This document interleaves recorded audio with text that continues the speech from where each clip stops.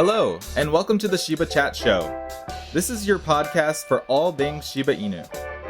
On Shiba Chat, you will learn about health, training, education, nutrition, grooming, art, owner stories, and experiences about our beloved, fluffy, and natural monument of Japan, the Shiba Inu.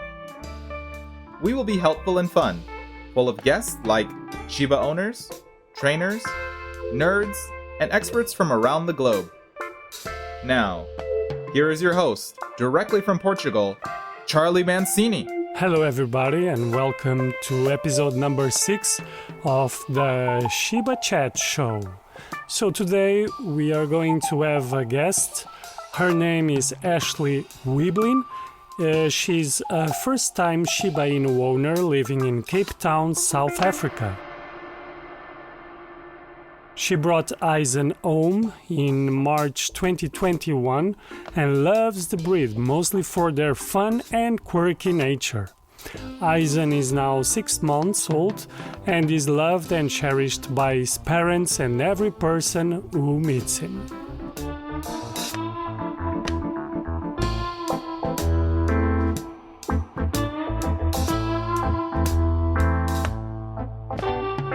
Hey Ashleigh, welcome to Shiba Chat. Can you give us the story? Yeah, you're welcome. Can you give us the story about how do you call it? It's Aizen or Aizen? Aizen? So, yeah, you pronounce it Aizen. Aizen? So it's also Japanese. We wanted to stick with the heritage. So, Aizen, yeah. Okay. Can you give us the story about how Aizen came into your life? Yeah, so about a year ago, I started doing research on different breeds of dogs. I wanted to get a small breed of dog, but not one that was going to be barking a lot.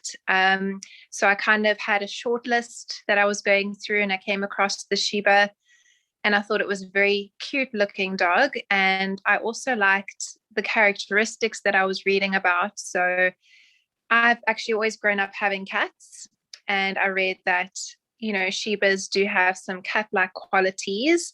And I liked that as well. And the more research I did, I just really thought, okay, this is the perfect dog for me and my personality. So I started reaching out to a few breeders and found a great one in Durban in South Africa. And yeah, we were basically on a short list for quite a while. So we were waiting since September last year and only got Aizen in March, at the end of March this year. So we waited quite a while. And there was a whole process of like doing interviews first and having someone come and do a house check to make sure that we were a good fit for our dog. Oh, so it was very, very thorough process because obviously Shibas are quite different and they just wanted to make sure that we knew what we were getting into. Yes, that's funny. You didn't have contact in the beginning with the breed, specifically like in person, but then you made that research and found that reputable breeder, right? Yes, exactly. So actually had never met another Shiba before. And so everything I knew was purely based on research I did. And then at the stage of when they came to do the house check, the lady who came over actually had a Shiba with her. And that was my first time meeting another Shiba. The first thing I kind of remember noticing is that Shibas were a lot smaller than I, in my mind, thought they were, because pictures and videos, for some reason, Shibas appear to be quite a big dog. I know the Akita is actually the larger breed, but they just appear bigger. And when I met one finally, I was quite surprised that they are quite small, but I really love that. Yes, for sure. Yes, because the photos and the videos, people like lean down and they put this kind of angle, like from beneath. Yes. And so sometimes it looks like they are the same size than Akitas. when actually they Exactly. are much smaller, of course. Yes, I've Yeah. never been with a Shiba Inu before in my entire Okay. life. So I'm just waiting for our Satoshi You're getting to, Satoshi. Oh, when are you yes. getting him? Yeah, it's on the 26th June. So it's Okay. next That's month. By the end of next month, it will turn. It's the exact day when Satoshi will turn 3 months. Okay, okay. and Okay. we will going That's on an adventure to Spain oh, are to you get getting him him. from Spain? Yeah, Oh, yeah, to the amazing. breeder and everything like that. Oh, Yeah, I wow. prefer do That's it like exciting. that. It will be an Yeah, that's adventure. very, Yeah, that's yeah, awesome. yeah. Yeah, no, it's, I think for me as well, I also had never met a Sheba before, but I think, you can find so much information online and there's just so many different people's opinions. And so I felt like I had a pretty good idea of what to expect. And I must say, my experience with Aizen has pretty much been what I expected. So the research was pretty spot on. Okay, cool. Because there are a lot of information, and sometimes you get quite scared with the Yes. misinformation, and so you must be Yeah, there's a prudent. lot of good and a lot of bad as well Yeah. that you read. Like some people make them sound terrible, but Uh-huh. they are very strong-willed and they decide for themselves what they want. And, if you ask them to do something, like they will only do it if there's something in it for them. So Okay. that's definitely how Eisen is. He's only interested in doing what I want if it's going to benefit him. So he's quite strong-willed, Yeah. and not always, like, I'm sure you've read as well that they're not known to be very affectionate dogs, but when Yes. they have their moments of being like, they've got their own way of showing affection, and when they do that, it's actually even more special just because they don't do it all the time. So it becomes a little bit more special and you appreciate it more. So So it's sort of cats. We have been having cats like 4 or 5, and when they show the affection, it's special yeah. because they are not always like glued to yourself or Yes, cuddling or something like that. Cool. exactly. So do you think Shiba Inu is a breed that requires a lot of attention, interaction, or it depends on each individual? Yeah. So the research that I read online had said that they are dogs that you can kind of leave on their own, and they can stay almost like apartment dogs. They can be indoors a lot, but I don't think that that's really true because well, with Eisen anyway, he's got a lot of energy. He really wants to explore. He loves to run.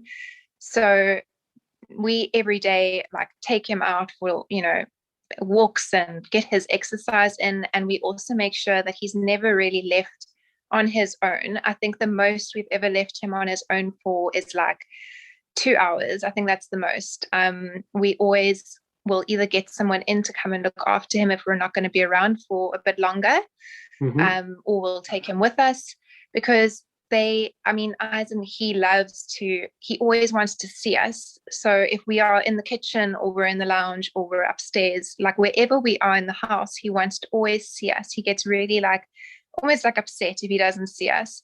So I would say he is quite attached in that way. I don't know if that's just our Shiba or if that's all of them, but definitely, I would say that they do need companionship and they love to have that interaction, even if they just have you in their sight and you're not playing with them at that moment. They just like to have you around.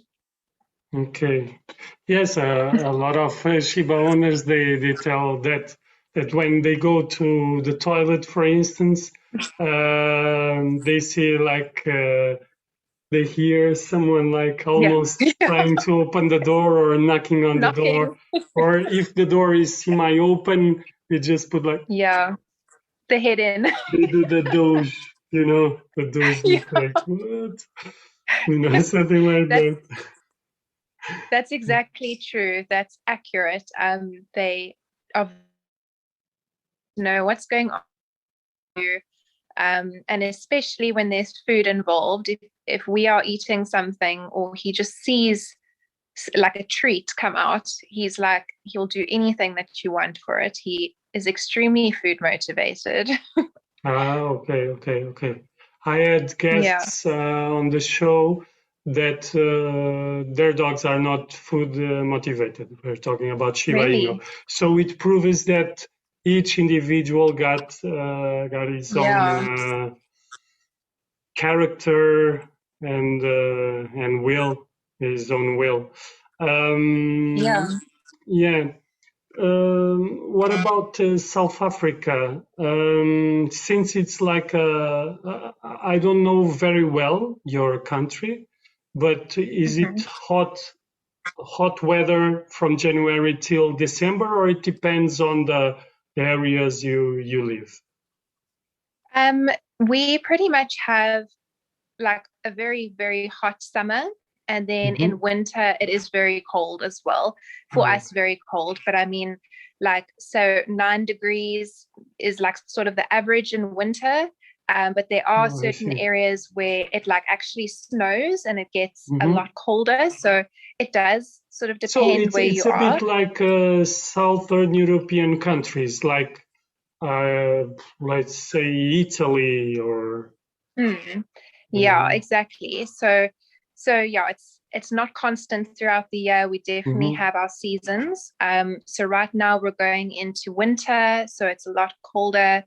So quite interested to see how Aizen is going to adapt to this colder weather because he was born in summer, like the peak of summer, Mm-hmm. and what I have noticed is he's less interested in going outside when it's cold and if it's raining. So, sort of the potty training with him has been a bit of a challenge now that the weather's cooled down quite a bit. Because Shiba's actually pretty good with knowing when to kind of let themselves out to go to the bathroom. And there wasn't much training needed on my part Mm-hmm. with that, but now that the weather's cooling down, he's been a little bit, he's like forgotten almost how to let himself out. Yeah, But I think it's just purely because it's cold and he doesn't want to get himself cold and wet. I see. Maybe it's because of the moisture with the cold weather or something, no? I Humidity. think so. Yeah, I think maybe. so. It's Aizen definitely. is 5 months, right? He's actually 3.5 months. 3.5. Oh. He was born. Let me just see if I'm right. So he was born end of January. So Feb, March, April. Yeah, he's 3.5 months. 3.5. Um, yeah, so we got him when he was 2 months old. So we've had him for about a month and a half now. Yeah, and that experience has changed your lives at Oh yeah, home. absolutely. Absolutely. I can't actually imagine having a different type of dog. Um, he is he's very loyal and very unique, like compared to other dogs. So you'll see when you get your pup, they're just Mm-hmm. very different to any other dog that you've ever met.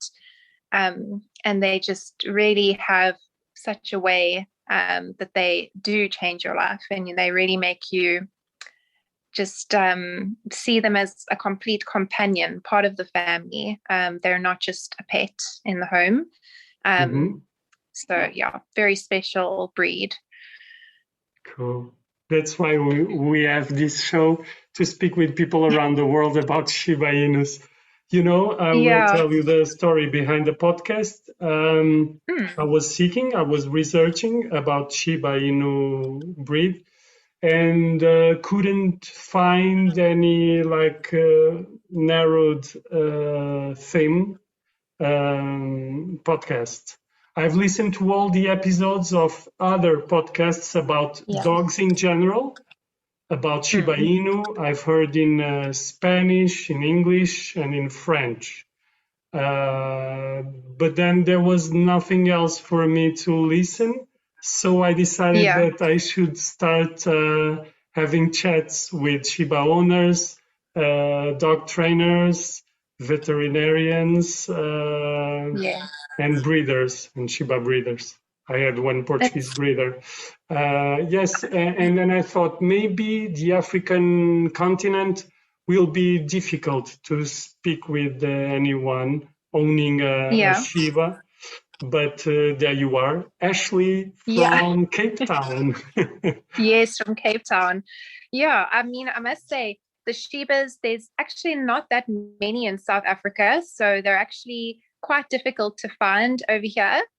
But I think they are growing in popularity around the world. So I think people are realizing just what great dogs they are. And so next thing Special you know, dogs. everyone, special dogs. And I think it's great that you've started a podcast that's for Shibas specifically, because I know when I was doing my research, I so badly wanted to just hear people's experiences. And, you read a lot about it online, but to have, all this information available on audio is very valuable. So, I think it's going to be. Yeah, it has been a ride. I had 3 guests from Canada, one from Hollywood, LA, United States, one Shiba veterinarian / Shiba breeder from São Paulo, Brazil, and one breeder too. So I had actually 2 Shiba breeders already. And you get this quite specific, narrowed content, about the breed and about the daily life, because everybody that I interview, they must live with a Shiba Inu. That's like the premise for the show. Yes. And I think it's important, and it will gain fans all over the world. I think it will be cool for people, even for aficionados, for people that are trying to get into the breed itself. People will maybe they will get inspired by so many stories. And yes, and there is a question that I always ask. Yes, it's what's your most cherished moment, but yes, of course, you have your most cherished. Maybe tell us the first time you've met with Aizen. Yeah, I know that was definitely memorable. So he was a litter of 3 dogs. So like Satoshi, 3. Yes, 3. Yeah. Is Satoshi a red Shiba? Sorry? Yes, male red Shiba. Okay, like Aizen. Yeah. Okay, I love it. It's so cute. Yeah. Aizen was from a litter of 3 puppies, and all 3 puppies were coming from Durban to Cape Town. And one of the other people who lives in Cape Town that was getting a puppy from the litter had decided to drive down to Durban to go and fetch them, because otherwise it would mean that they would fly up in a plane, and we thought that would be a bit too stressful for them. For sure. So they decided to drive there and pick them up in person and bring them back. So it was quite a long journey. I think it was about 3 days to get there and then 3 days back.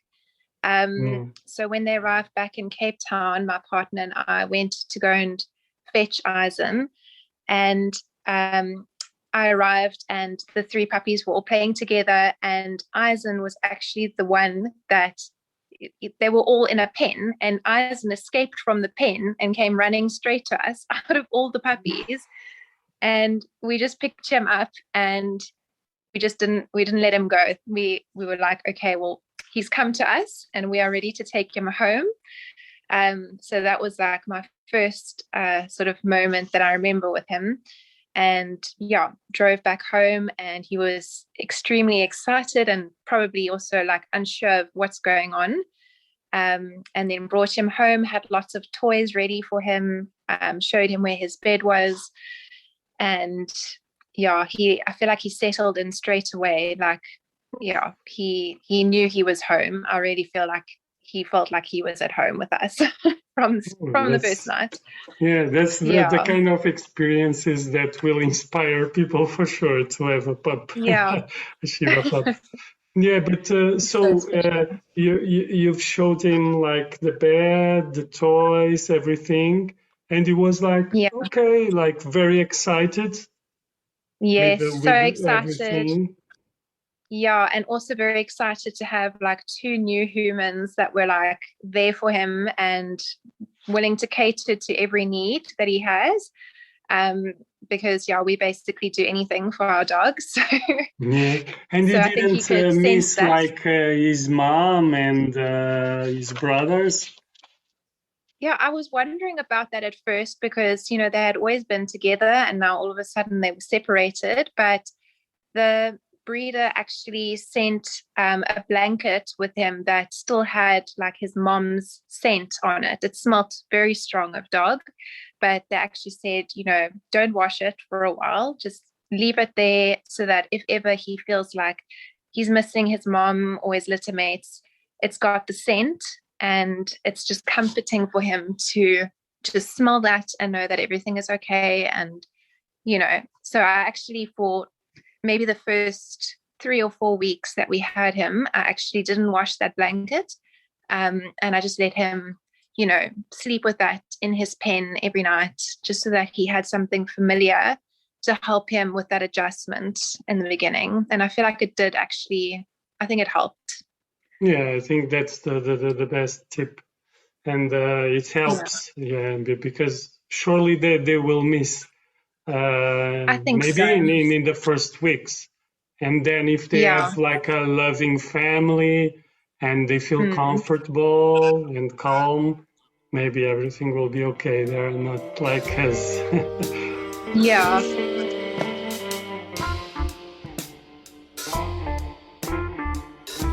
You are listening to the Shiba Chat Show, your podcast for all things Shiba Inu, celebrating the Doge community around the planet. Feel free to share this podcast with your friends and follow Satoshi, Charlie Mancini Shiba, at instagram.com/satoshi.theshiba. The show will continue right now.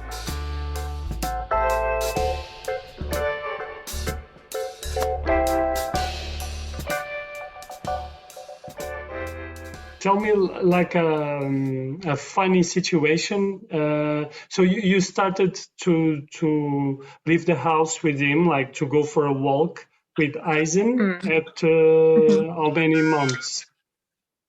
So we got him at 2 months, and then I think the following week we went to the vet, Mm-hmm. and he got his next round of shots, and the vet said to us that that was actually, you know, he was up to date and it was safe for us to take him out for walks off the Okay. property. And I actually also signed him up for his puppy classes from 2 weeks after we got him. So he was basically 10 weeks old when we started puppy classes, and he had already had all his vaccinations. And then basically, you know, whenever I would take him out and then bring him back home, I would just wipe his feet with so the vet spray, that F10 brand. I don't know if you have it over there, but it's like a disinfectant and good for getting rid of bacteria. So I would just wipe his feet with that. Mm-hmm. Just as a precaution. But at the beginning, before he had all of his shots, we were very strict with like spraying even our shoes, spraying the floor on a regular basis. If anyone, like we wouldn't really have visitors, but if someone did come over, we would even spray their shoes. So we were very strict Of course. just to make sure, you know, with the viruses that puppies can get when they're so small and haven't had all their shots yet, we wanted to be really careful.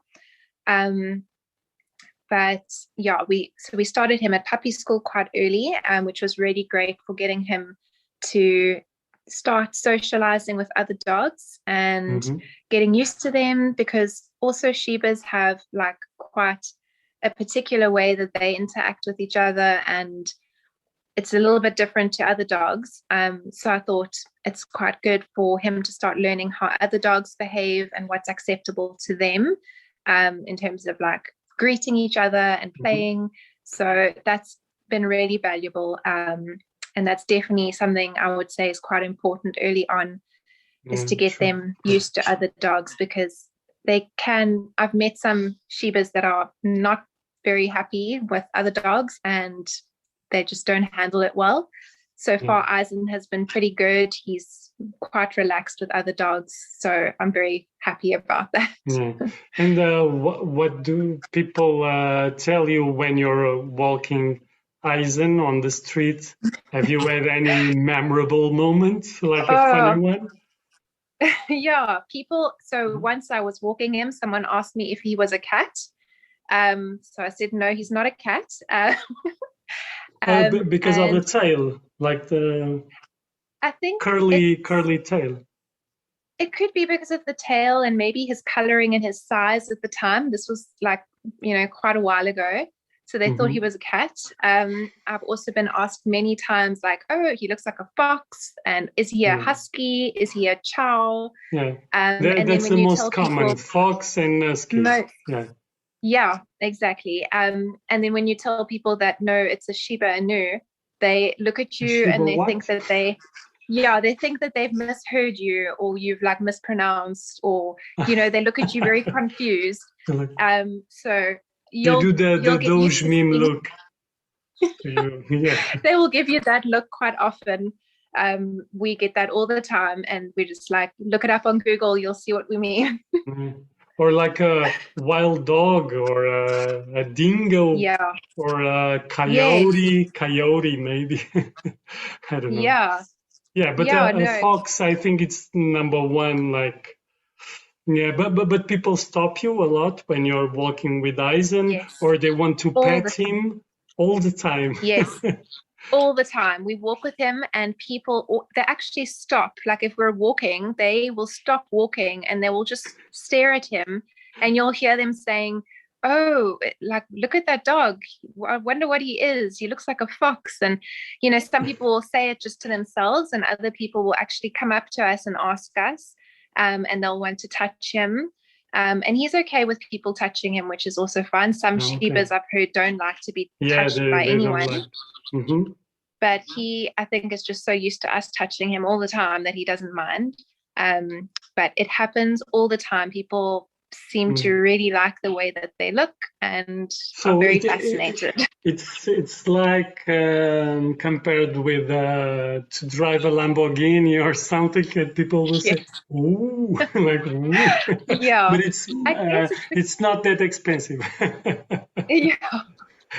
I guess it's because it's just something so different to what they're used to seeing. So it's probably like interesting, like, what is it? Is it a wild dog? Like a dingo from the desert or something like that. Yeah, that's really funny situations that occur with our guests. Yes. Yes, but what's the price range for a reputable breeder? What do they ask for a Shiba Inu? We had the guests from Canada that told us that the price now is $4,000 over there. Ooh. That it has, raised so much. It is very expensive here as well. So obviously our currency here is South African rand, so I'm not sure what that equates to in dollars, but the price range, depending on if you get a male or a female, it's between like 15 to 18,000 rand. It depends on the you have to convert. I'm not sure what it is in dollars, but in South Africa that is very expensive. Actually, it's quite pricey for a dog, but also the good breeders are not breeding throughout the year. There's all the rules in place. They're only allowed to have like a certain number of litters from the same female in a certain time period, and they've got a whole lot of strict rules that they follow, which is also good. You want to make sure that your dog is coming from a place that doesn't abuse the animals and mistreat them. So I suppose that is why it carries a higher price tag, because there's not puppies available throughout the year. And sometimes that good breeder, they will just have like 1 liter per year or something, no? And they are not abusing the females, and so that's beautiful. Yeah, and there's a lot of people as well who are trying to just scam people and kind of trick them into paying for a dog that isn't even available. So there's like a lot of research and checking that needs to go into it. I'm sure it's probably around the world, you've got to just be really careful, but especially here, you've got to really do your research and chat to people on the phone and get references and just be very thorough to make sure that you know where your dog is coming from and it's a good place and that they exist. Yeah, of course. Ashleigh, thank you very much for our Shiba chat. Yeah, thank you for having me. The last question will be if you have any favorite movie about Shiba Inu or book or music. I don't know. You tell us. Yeah. So a really awesome blog that I would recommend is it's called My First Shiba Inu. It's probably one of the most popular blogs. I mean, they've got articles on everything under the sun when it comes to Shibas. It's made by two sisters, right? Oh, really? Oh, yeah. I guess so. Let me check it here quickly. Yeah, I'm not sure who runs it, but it's Shiba Inu. I think it's extremely informative and just very your helpful. Number one resource for all things Shiba. I guess it's this one. That's it. No, it is not. But there's another one with two sisters. I think they are Asian, and it's very good. Yeah, but this one I've been here too. Yeah. So they have these this Shiba training, the basics, Shiba Inu puppies, stages and development, breeders in the United States, not in South Africa, but in the United States because it's an American blog. And you have products and supplies and the breed info, the grooming, Shiba Inu anxiety and mental health issues. Okay. Yeah, it's a good, it's helpful. Really good resource. Thank you very much. Thank you. It's been great. Thank you. Shiba Chat. Thank you so much for listening to this episode of the Shiba Chat Show. And now it's time for you to go play with a Shiba Inu. If you would like to get in touch, please send us an email to shibachatshow@gmail.com. Bye for now.